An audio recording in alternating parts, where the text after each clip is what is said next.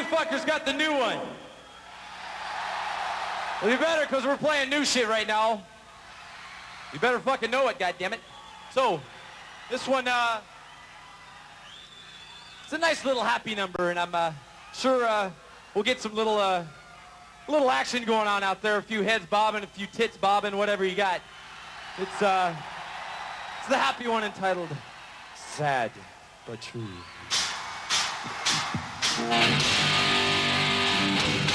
Sad But True by Metallica.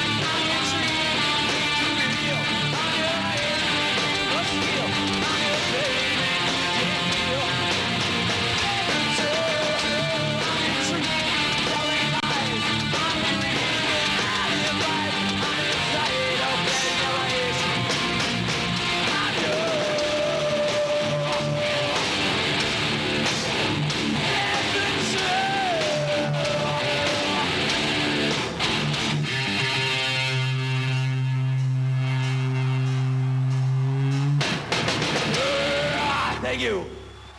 I think that, like kind of what I was saying before, the growth that took place in the 3 years since Injustice for All is the biggest step, you know, the biggest noticeable development that we have made.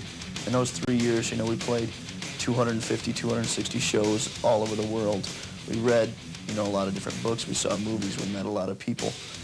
We learned a lot of things, you know, about music and everything else, about life and growing up and, you know, maturing as people, right?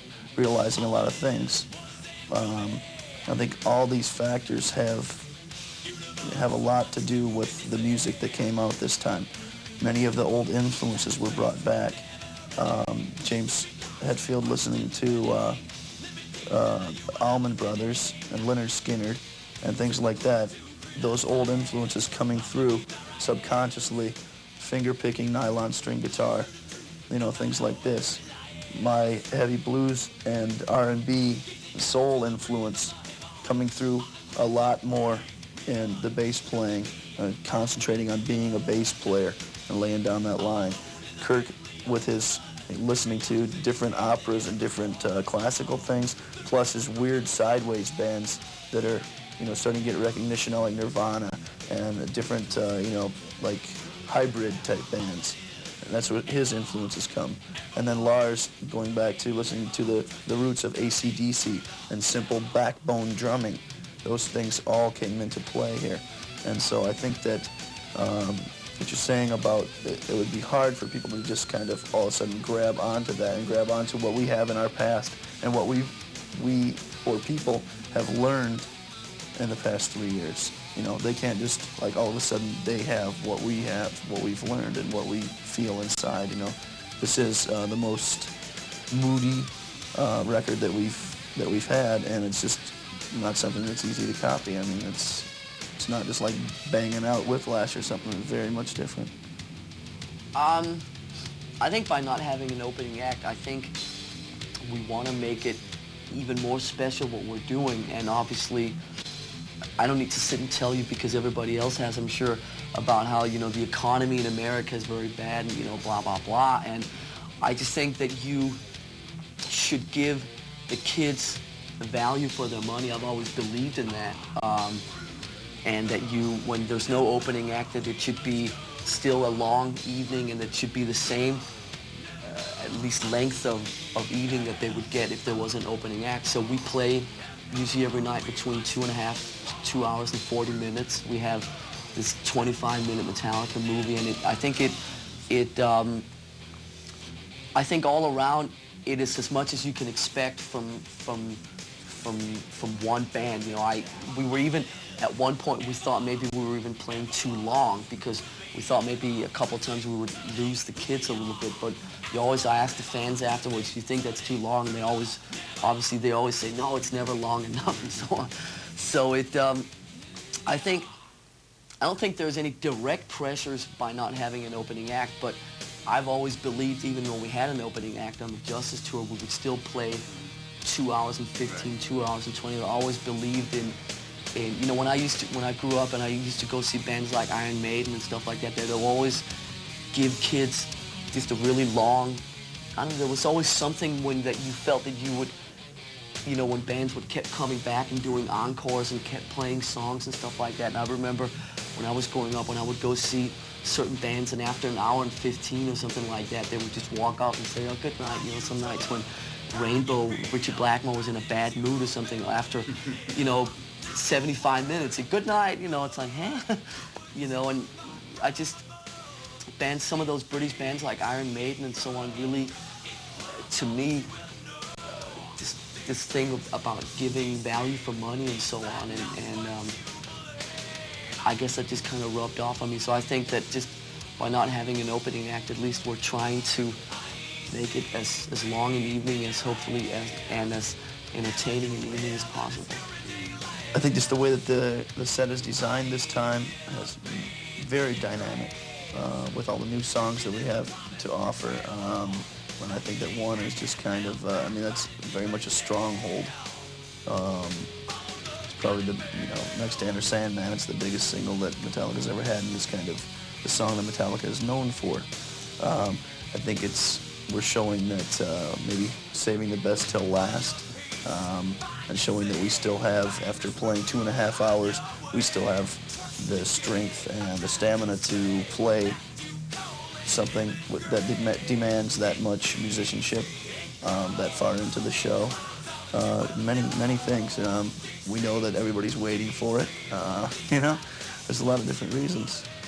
They could move around in the set as the tour develops, but right now that's just where we felt, as far as the dynamics are concerned, that was the place to put it. It's like, you end with something like that, and then it's just everybody's breath is taken away, and so it's kind of just a last minute thing like that. Well, it's only just now, because we've just been playing The Unforgiven for about 3 or 4 weeks now, that I actually feel so comfortable playing the song that I can actually look out into the audience, because it was a very difficult song for us to feel comfortable playing live. And I think the first couple of weeks we weren't really paying too much attention to what was going on out in the crowd, because we were too busy trying to make sure that we were playing it properly ourselves. But I feel fine about it. I mean, it's the next step. I think a lot of people are just opening up to Metallica now that have never really opened up to Metallica. And it's, as you're saying now in America, there's a lot more younger girls and so on. And I mean, what can I say? It's okay. I mean, it's fine. I think if you have a song like The Unforgiven that somebody hears on the radio or sees on MTV or whatever, and they go, oh, that's actually okay, maybe Metallica. See, the thing about Metallica is that I think, especially in America, that a lot of people had a lot of misconceptions about Metallica. People that had never really heard Metallica or given Metallica a chance had already made up their minds about what Metallica was all about. And I think that now, with songs like Enter Sandman and The Unforgiven and Nothing Else Matters, which will be next, I think a lot of people will realize that maybe the ideas and thought that they had about Metallica were maybe wrong, and maybe that they are willing to give Metallica a chance on Metallica's terms, which is listen to the music and hear these songs. So if somebody hears a song like The Unforgiven on the radio or MTV and goes, that's a lot different than I thought what Metallica was all about, maybe I'll go out and buy the record and listen to the record. And then listen to the record. If a song like The Unforgiven is the window to the rest of what Metallica is all about, then that's okay with me, because, as you know, more so in America than anywhere else, but we have been hit with a lot of labels in America, and there's just a lot of people in America that already think they know everything about Metallica, and then realize when they hear a song like The Unforgiven or Enter Sandman or whatever that they were wrong, and then maybe Metallica does have something that they like. And so it's something that I kind of take great pleasure in when somebody comes up to me and says, I really never thought that I would ever like you, but then I hear a song like Enter Sandman and The Unforgiven, you guys are actually really good. I love that, because it's like, it just proves what I've been saying all along, which is that sooner or later everybody will hopefully open up to Metallica on Metallica's terms and give Metallica a chance the way we want to, which is listen to our music.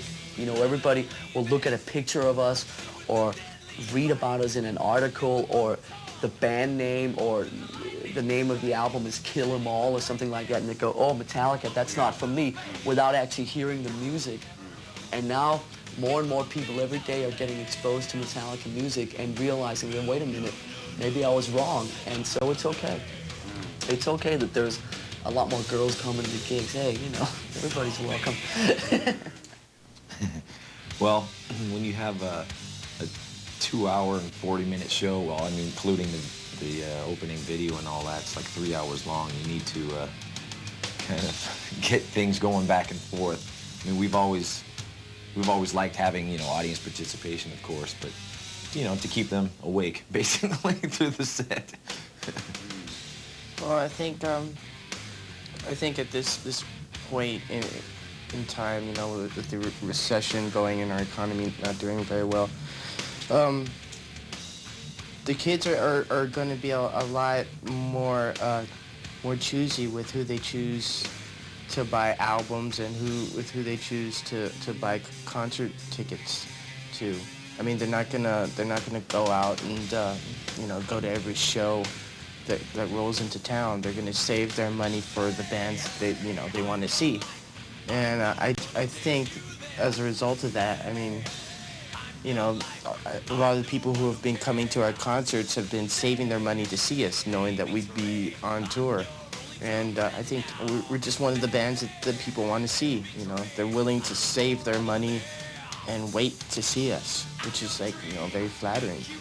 And there's actually only 2 other rock tours out right now, 2 or 3. There's, like, Van Halen, Rush, and Rod Stewart, and those are the only other ones that are actually, like, you know, making it from town to town without being canceled because of lack of ticket sales. Well, there are new fans, older and younger, I think. And of course, you know, with the popularity of the new album, you have a lot more, you know, newer fans that don't know a lot of the older stuff. And that's one reason we have this kind of intro film type thing to show the history of the band, and you know who's Cliff Burton. You know, they don't know, so now they know, and it's kind of like it's like starting over almost again, trying to introduce these new fans to the way Metallica works, and we're not just some regular Joe rock band. You know, there's some deep thought into this thing, and it's important for us for them to know all this stuff. So they're learning, you know. No, not at all. I mean, if it bothered us, we wouldn't let them do it. Not at all. I mean, there's such a small percentage of people who do that anyway. It's not gonna hurt our album sales at all, and it's not gonna affect, you know, our video sales or anything like that. You know, it kind of keeps the underground tape thing going for us, you know. And that underground tape thing was something that helped us out a lot, way back in the beginning of our career. So, you know, this is kind of our way of saying thanks. And this way, we're also flooding out the bootleg market. You know, kids won't have to dish out $40 anymore for a bootleg. They can just call someone from that town who they knew tape the show and just, you know, get the tape from that person. And, you know, it's kind of a fun thing, you know. I like it. Well, I mean, we're out touring on the, you know, Don't Tread on Us or whatever it's called, tour. I don't know what it's called. You know, we're playing stuff from the new album because that's what we just recorded. And I mean, I agree that I don't like bands that go out and do only the new album, you know, and not playing the old stuff. I mean, that's no good. We just tried to find a nice balance of old favorites of ours and theirs, and with some of the new favorites of ours. We're doing, how many new songs are we doing? 5? We're doing 5 or 6. And we're playing 20-something songs, you know. I think it's a pretty good, yeah. What do I do? I usually, I rent a limo and get some of my best friends, and we all pile into a limo, and we go to a lot of parties that are happening around San Francisco, because I have a lot of friends who like to throw parties, and we just and if there's any gigs in San Francisco, we'll try and go to those too, and we'll just try and make as many parties and gigs as possible one night, and in the process, you know, me and my girlfriend like to drink a lot of champagne at night, so you know, we drink champagne, just have a really good time. That's basically what I did last time. Drink a little bit. Drink a little, yeah. Either go out and see other bands or we're playing. I mean, I don't know when the last time we played a New Year's Eve show was. I think it was in San Francisco. It was us. I think it was Megadeth and maybe Anthrax. No, Exodus. A couple other bands. Yeah, I don't think we've played on New Year's for quite a long time.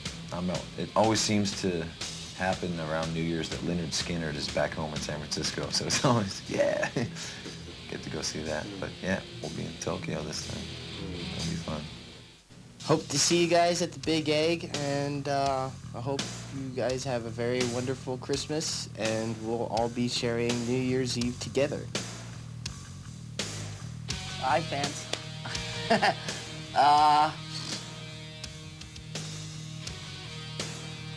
Well, like I have said a couple times in the last couple of years to you guys in Japan, that I always wanted to do 2 visits to Japan on one album. So finally that is coming true. We're going to see all you guys hopefully down December 31st at the Tokyo Dome, which will be more of a festival kind of setup with a few other bands. And then we will try and bring this huge elaborate U.S. stage show over to Japan for a full tour sometime probably towards, I'd say, September or October of 1992, which is a ways away, I know that now, but we have a lot of touring we have to do in other parts of the world, and, you know, we'll be there New Year's Eve, so we'll come for a full Japanese tour probably September, October of 1992. In the meanwhile, we'll see you at down at the Tokyo Dome.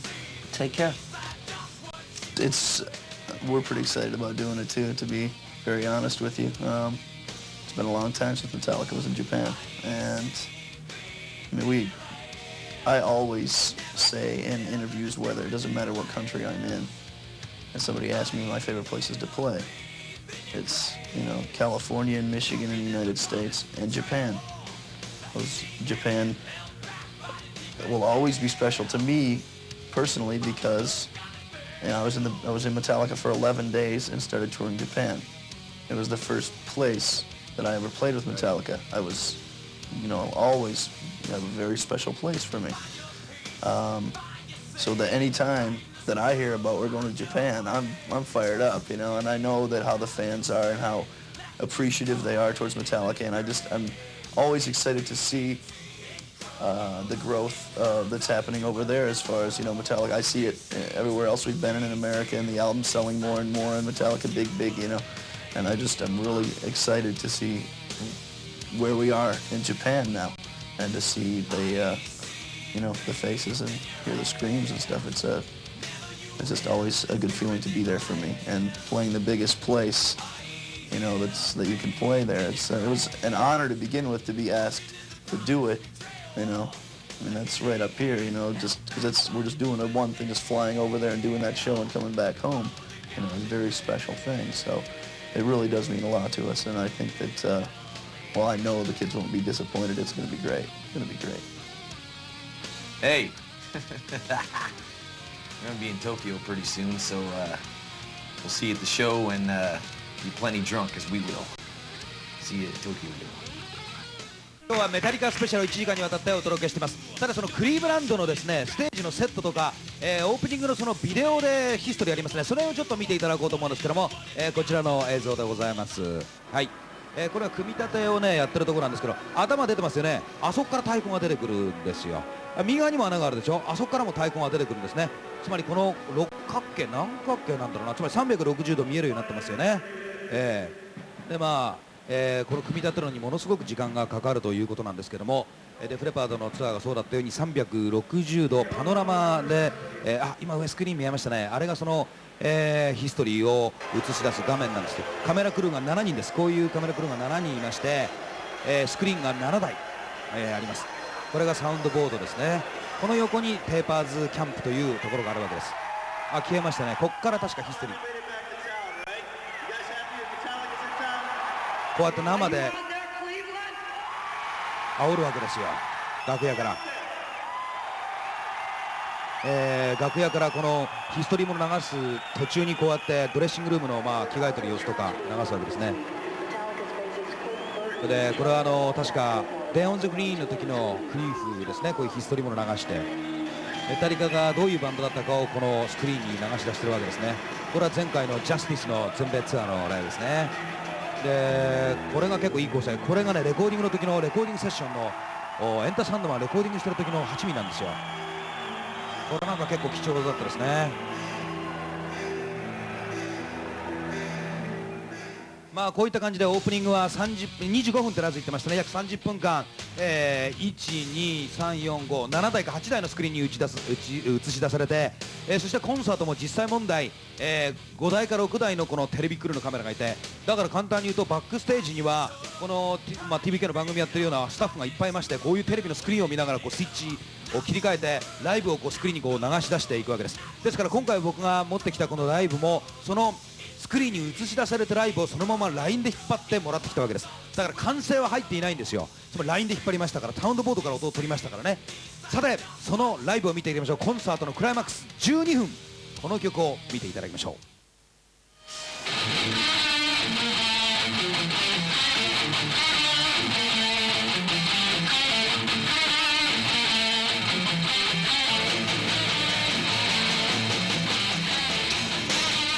She can destroy.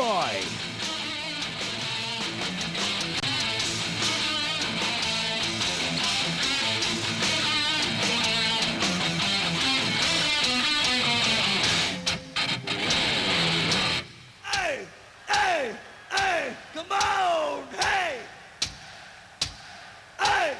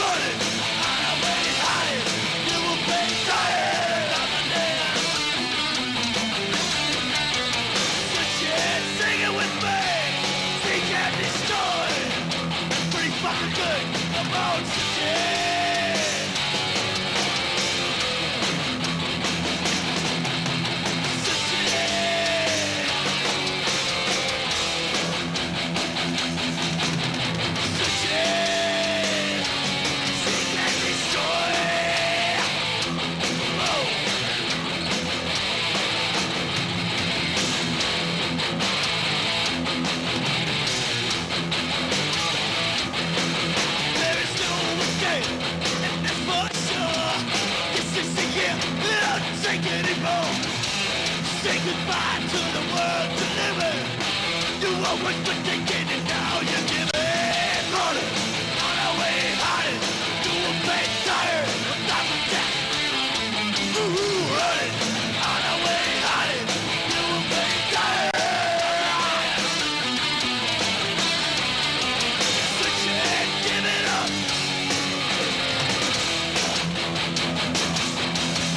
Switch it.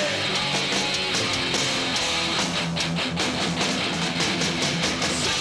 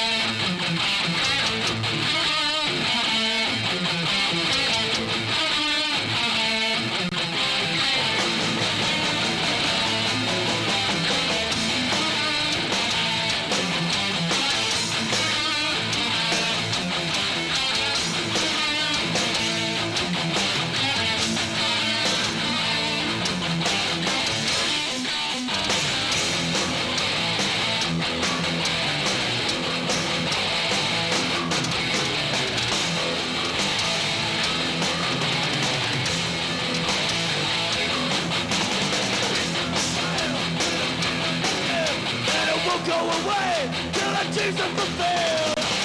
There is only one thing unafraid, and no running away. You're the one we will fight. Running on our way, hiding. You will play tired, but comes the death. Running on our way, hiding. You will play tired, but comes the death.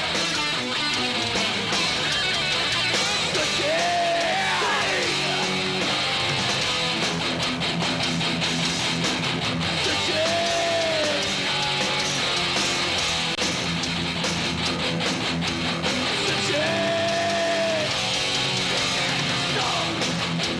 One more time, switching.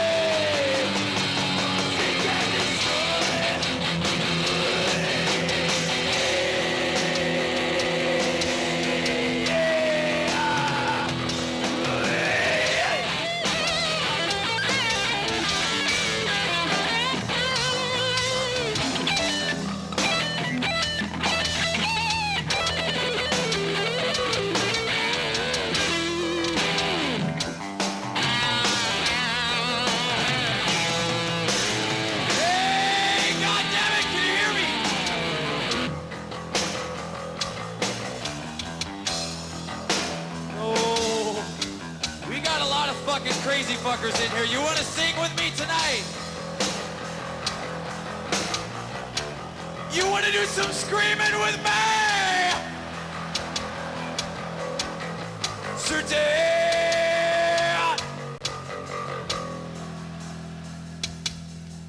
Better just go lay down right now. Some sandwiches if you want. I got a couple sleeping bags if you need them. Certain.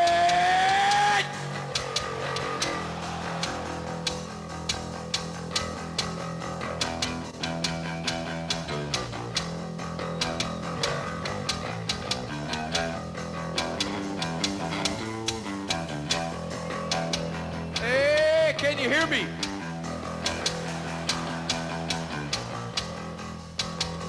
Are you fucking sure? Certain.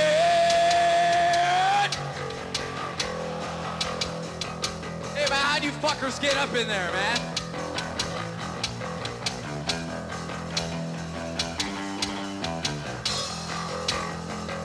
Fucking weirdo. Hey, whose banner is that? Fucking pretty cool tonight. Certain!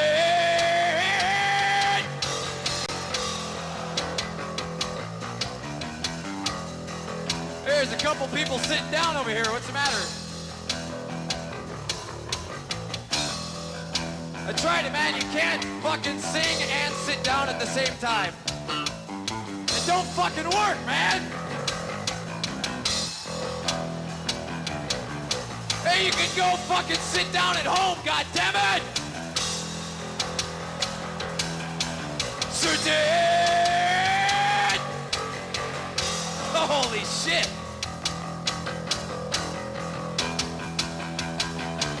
Certain!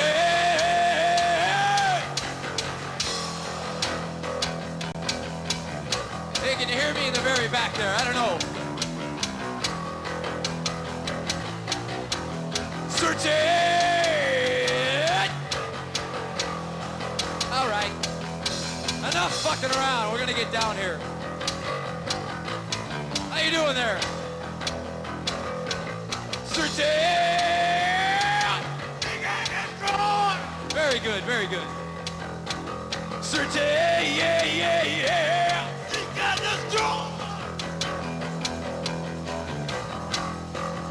How's it going? Come here, little man. Come on.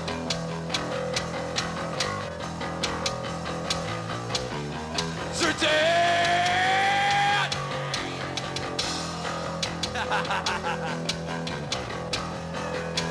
Holy shit!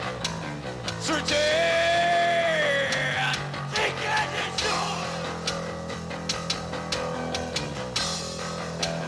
Trying to take my job away, ain't you?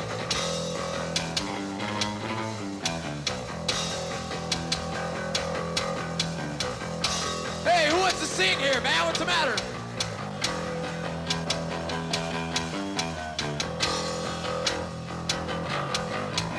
Hey,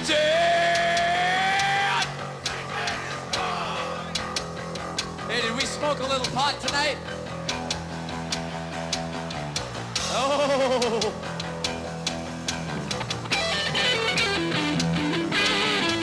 Surgeon, yeah! No shit, it's Jones. What color are you tonight? That's very good.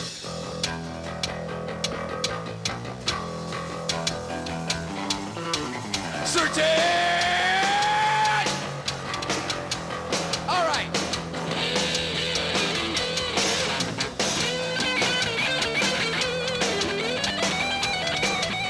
How about a couple more?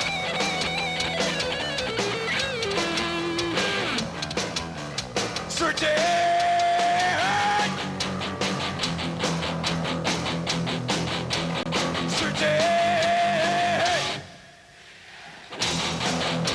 Come on, let's get fucking loud. Surgeon! Give me some ball, man! Surgeon! Last one, make it hurt! Surgeon!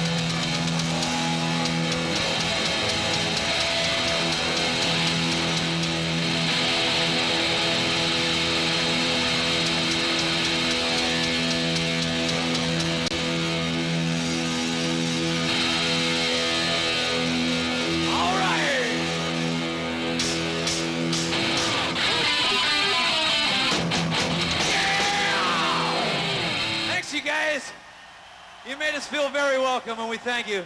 We'll see you around. Thank you!